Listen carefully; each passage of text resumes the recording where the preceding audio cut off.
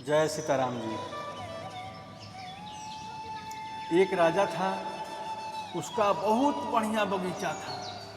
हरा भरा बगीचा, नाना प्रकार के वृक्ष लगे हुए थे। उसमें एक अच्छे अच्छे सुंदर सुंदर वृक्ष लगे हुए थे, भिन्न भिन्न प्रकार के। कहीं आम था, कहीं अमरूद था, कहीं केला फला हुआ था, कहीं श्रीफल था। मैंने भिन्न भिन्न नाना प्रकार के जो है सुंदर बगीचा था उसमें। राजा ने सोचा कि राजपद किसे दें। राजा ने आज्ञा दे दी कि चारों तरफ के द्वार खुल रहेंगे। बगीचे जो भी मेरे समीप आकर सबसे पहले मिलेगा उसे राजगद्दी दे दी जाएगी। उसे रास्ता में नाना प्रकार के विषयों को भोग रखे गए। सुंदर सुंदर स्त्रियां रखी गई। अजायब घर, रत्न, हीरे, पन्ने, मणिक, नाना प्रकार के फल मेवे रखे गए। नाना प्रकार के पुष्प, सारी इंद्रियों के विषयों भोग प्रस्तुत थे। सब क्षण के राजा के पास पहुंचते थे। 2 घंटे का समय रखा। सीधे जाने पर राजा के पास पहुंचने में 3 ही मिनट लगते थे। जिसका समय समाप्त हो जाता उसे उस सिपाही से बाहर निकाल देते थे। इतना बड़ा बगीचा था, उसमें लाखों आदमी समा सकते थे। लोगों ने सोचा कि महाराज के पास अभी तक कितने ही आदमी पहुंचे होंगे, अपने तो सैर करो। कोई गाना सुनने में लग गया, कोई नाना प्रकार के पुष्प इत्र आदि में पड़ गया, कोई काम में लग गया, कोई भोग में लग गया, कोई मेवा मिष्ठान खाने में लग गया, कोई रत्नों की पुटरी बांध रहा है, कोई सुंदर सुंदर स्त्रियों को ले जा रहा है। सब अपने अपने में मस्त होकर भोग में जब विलाप सब होने लगे। समय पूरा होता तो सिपाही निकाल देते, सीधे आदमी वैसे ही निकल जाते। कोई एक ही ऐसा निकला जो राजा के पास पहुंचा, उसे राजा ने युवराज पद दे दिया। इसी प्रकार राजा भगवान है, रात्रि प्रलय है, शब्द, स्पर्श, रूप, गंध, रस ये विषय है। 2 घंटे के समय आयु है। यहाँ भगवान ने समय दिया है। कितने ही खाने पीने आदि विषयों में समय निकाल देते हैं। इसी प्रकार जो है संसार बस कुछ ही क्षणों का है। भागवत में कहते हैं कि 1 सप्ताह 7 दिन कहते हैं। ये सत्य में 7 दिन। जीवन में जब भगवान भेजते हैं तो नाना प्रकार के यहाँ व्यसन में मनुष्य को उलझा देते हैं। नाना प्रकार के विभिन्न विभिन्न वस्तुएं सामग्रियों में लोग जो है भूल जाता है परमात्मा को, और वहीं भटकते रहता है, वहीं भटकता रहता है। यही जो है मनुष्य को समझ में नहीं आता है कि जब वो संसार में आता है तो एक भोग विलास से उसको दूर हटकर और भगवान में निष्ठा लगाना चाहिए, भगवान में प्रीत लगाना चाहिए, समय निकालना चाहिए और भगवान में लीन होना चाहिए।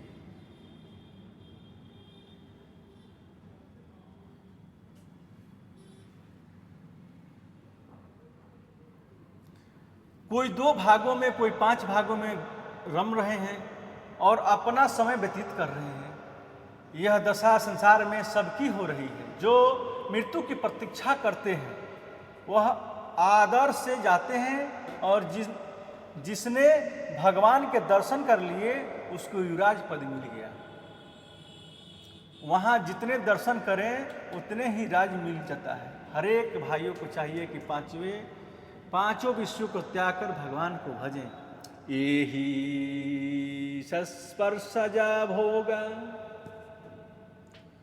दुखयो नयैवते आद्यन्तवन्तः कौन्तेय न ते सूरमते बुधा।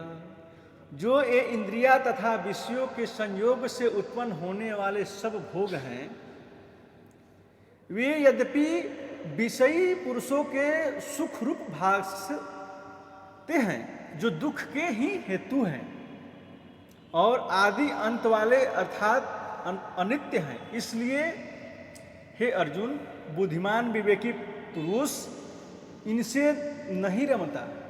दुख तो दुख ही है, पर सुख ही दुख के हेतु है। सुख दुख का कारण है। इसमें बुद्धिमान, हम विवेकी बुद्धिमान मनुष्य की ओर देखकर विषयों का त्याग कर देना चाहिए। स्त्री पुत्र शरीर जिनसे हम प्रेम करते, विचार करें कि मनुष्य की शरीर किस लिए मिला है और उसे किस काम में लाना चाहिए, किस काम में लगाना चाहिए।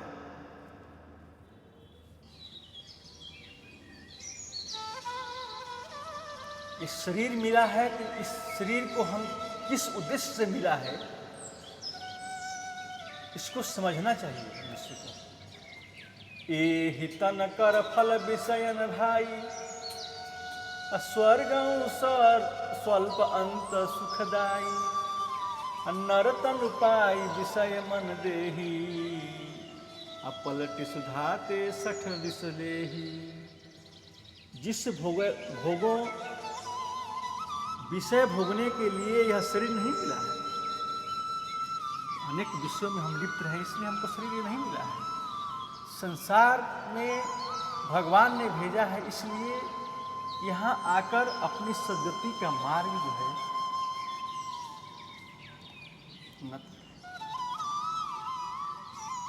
84 लाख योनियों में सबसे श्रेष्ठ योनि मनुष्य योनि है। और इस यहाँ पर आने के बाद आदमी जीवन मरण से मुक्ति मिलती है। जीवन मरण की मुक्ति कब मिलती है, कैसे मिलती है? तो जीवन मरण की मुक्ति मिलती है नारायण को प्राप्त करने के बाद, भगवान में भक्ति करने के बाद, भगवान से प्रेम करने के बाद।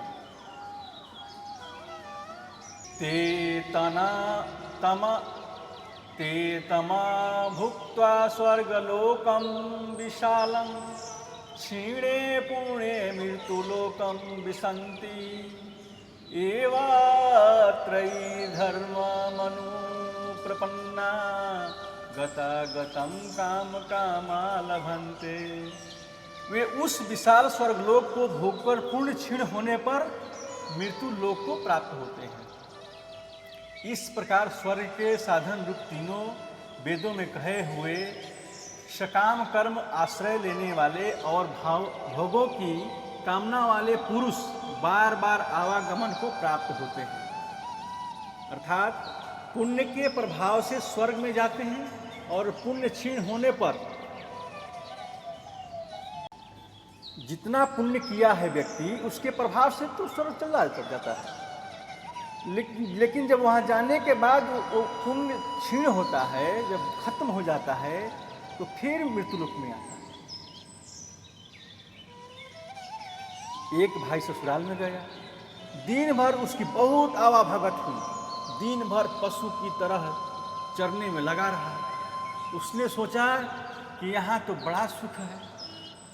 उसे दरवाजे पर लिखा ससरा सुखम बसरा। उसने साले ने लिख दिया दीना तिनका आसरा। उसके आगे फिर उसने लिख दिया हम तो रहेंगे 6 मास। उसने साले ने लिख दिया देंगे खुरपा कटावेंगे घास। आप ससुराल में जो जाइएगा, आपको आवा भगत बस एक ही दिन मिलेगा, दूसरा तीसरा दिन आवा भगत कम होता चला जाएगा।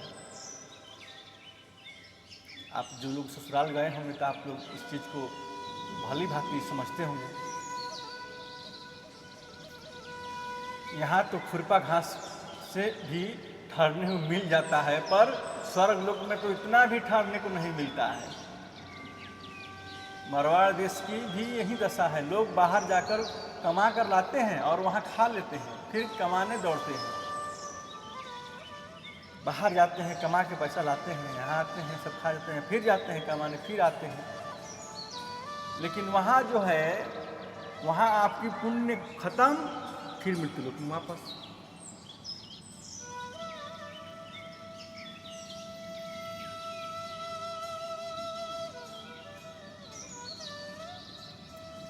80% गाय मर रही है और कम हो जाएगी तो दूध मिलना मुश्किल हो जाएगा। बच्चे स्त्रियां तो ले लिया और गाय भैंस छोड़कर भीख मांगने लिए चल गए। इस प्रकार मरवार भी स्वर्ग है, कमाकर वहाँ भोग लेते हैं और समाप्त होकर फिर चले जाते हैं। फिर उनके पास रुपए नहीं तो फिर मरवाड़े में जा नहीं सकते। 10 में 10 आदमी के पैकेज जब यह बात है तो मनुष्य शरीर पाकर परमात्मा को छोड़कर जो विश्व में भोगता है वह विष खाकर मरता है। यहाँ के विष से तो एक बार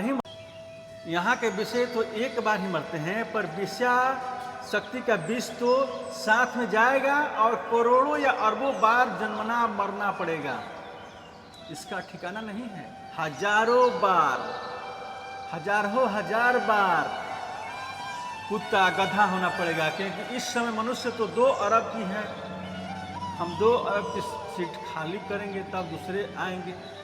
जितने असंख्य जीव हैं वे यदि 70 वर्ष भी 2 अरब आएंगे तो भी उनके करोड़ों वर्ष कितनी भी बीत जाएगी। ये जितने वृक्ष दिख रहे हैं वे सब कभी मनुष्य रहे हैं, कभी जीव, कभी मनुष्य शरीर बाट देख रहे हैं। अनेकों कीड़े मकोड़े किस तन में जन्म होगा ये कोई नहीं जानता है। फिरत सदा माया कर प्रेमा, फिरत सदा माया कर प्रेरा, काल कर्म स्वभाव गुण घेरा। सारे जीव गुण सत्य रज तम कर्म पाप पुण्य स्वभाव संस्कार और समय सतयुग त्रेता द्वापर कलयुग ये वश होकर घटी यंत्र की तरह घूम रहे हैं। कबहु करि करुणा नर देही, अदेत ईश बिनु हेतु स्नेही। भगवान दयालु हैं, करुणा करते हैं। भगवान दयालु हैं और करुणा निधान भी हैं, करुणा करते हैं। बिना कारण इसे मनुष्य शरीर दे देते हैं। भगवान भी क्या करें। इस समय 2 अरब मनुष्य शरीर का मौका मिला। जो सबसे श्रेष्ठ होते हैं उन्हें भी मनुष्य का शरीर देते हैं। हम आए थे भगवत दर्शन के लिए, हमेशा सुखी रहने के लिए, पर पाप का बोझ लेकर जाते हैं। भगवान हमको संसार में भेजते हैं कि जाकर यहाँ भक्ति करो, अच्छे कर्म करो, अच्छे सत्संग करो। यहाँ लोग आकर भोग विलास में लिप्त हो जाते हैं।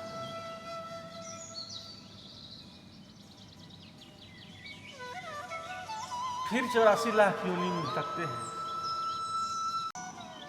फिर 84 लाख योनि में भटकते हैं। जो अच्छे भगवान होते हैं वे स्वर्ग में चले जाते हैं। स्वर्ग भी 84 लाख के अंतर्गत ही है। ज़्यादा पापी पशु, उससे ज़्यादा पापी वृक्षादि बनते हैं, उससे ज़्यादा पापी नरक में जाते हैं। जो परिस्थिति प्रसंग करता है उसे गरम गरम लाल लोहे की शिला पर सुलाया जाता है, जिसका मांस खाया जाता है। वहीं पंछी तलवार सरीखी चोंच से मांस को खाने वाले को खाते हैं।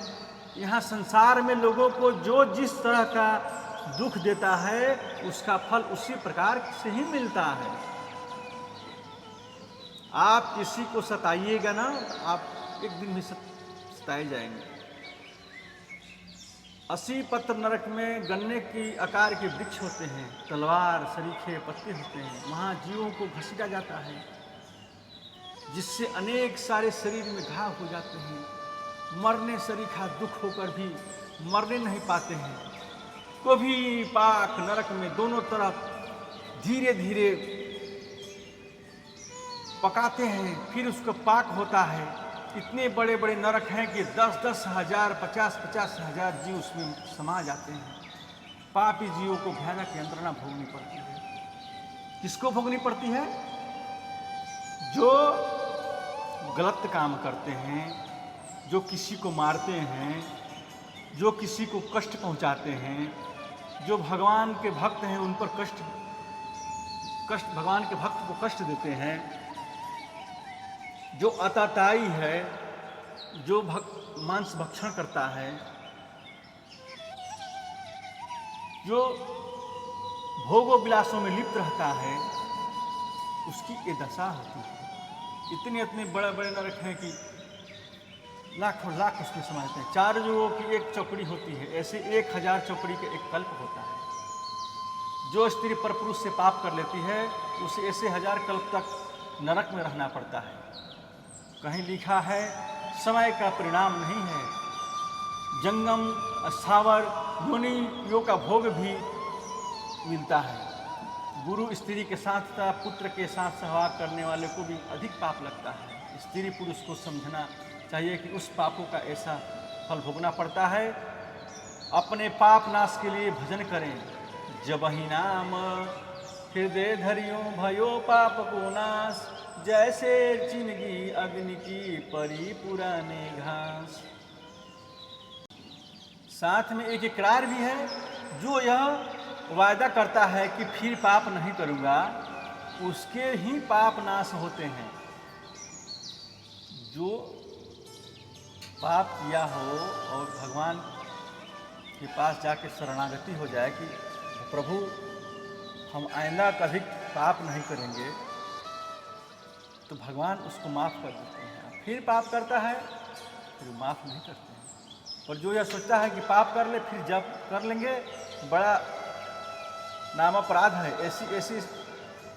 ऐसा ही हो तो नाम तो पाप बढ़ने में सहायक करने वाला ही हो जाता है। ऐसे पाप को भगवान और उसका नाम भी नहीं मिटा सकते। भक्त और नाम के अपराध को भगवान ही भी क्षमा नहीं कर सकते। उसके पाप वज्रलेप हो जाते हैं। जैसे सरकार से कोई कहे कि भविष्य में गलती नहीं करेंगे और क्षमा कर दिया जाता है, और कोई नित्य प्रति अपराध करे और क्षमा मांगे तो क्षमा नहीं हो सकती। कोई 4 जूता मारे और क्षमा मांगे, क्षमा करने पर मुकदमा खारिज हो गया, फिर जाकर 4 जूता मार दें तो फिर क्या क्षमा मिलेगा? फिर भी क्षमा कर दें, तीसरे दिन फिर मारे तो कैसे क्षमा करेंगे? फिर कोई भी क्षमा नहीं कर सकता है।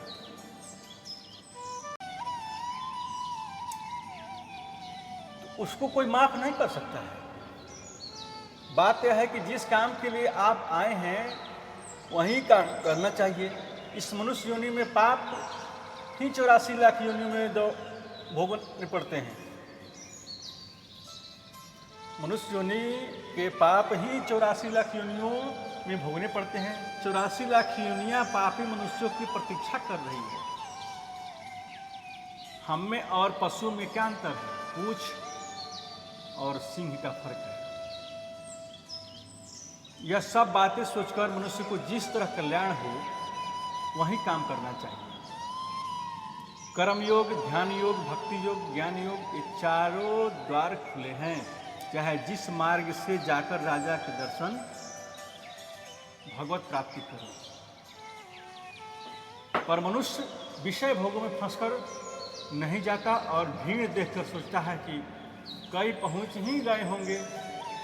कारण यह है कि शास्त्रों में विश्वास नहीं है, इसलिए सब लोग अपनी मृत्यु को भुला रहे हैं, दुखों की ओर बढ़ रहे हैं।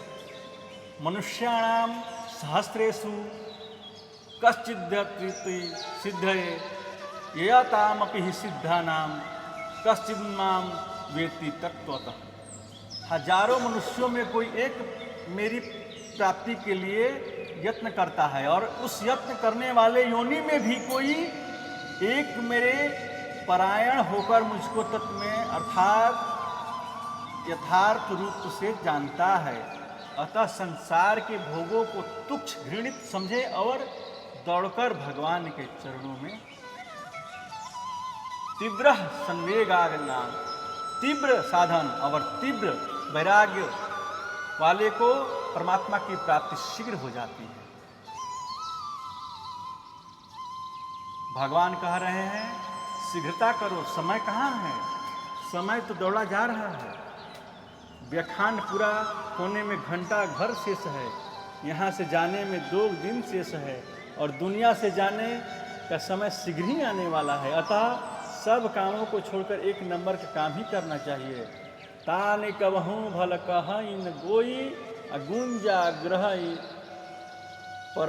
परसमनि होई। साक्षात परमात्मा पारस हैं, संसार के विषय भोग गुंजा का मूल्य 1 कौड़ी भी नहीं है, पर पारस तो अमूल्य है। यह तो लोहे के पहाड़ों की सोना बना सकता है। संसार के भोग जिन्हें आनंद समझकर भोग रहे हैं, उसमें आनंद नहीं है। इस संसारिक भोग में कभी आनंद नहीं आता है, न है। इसमें मूर्खता है।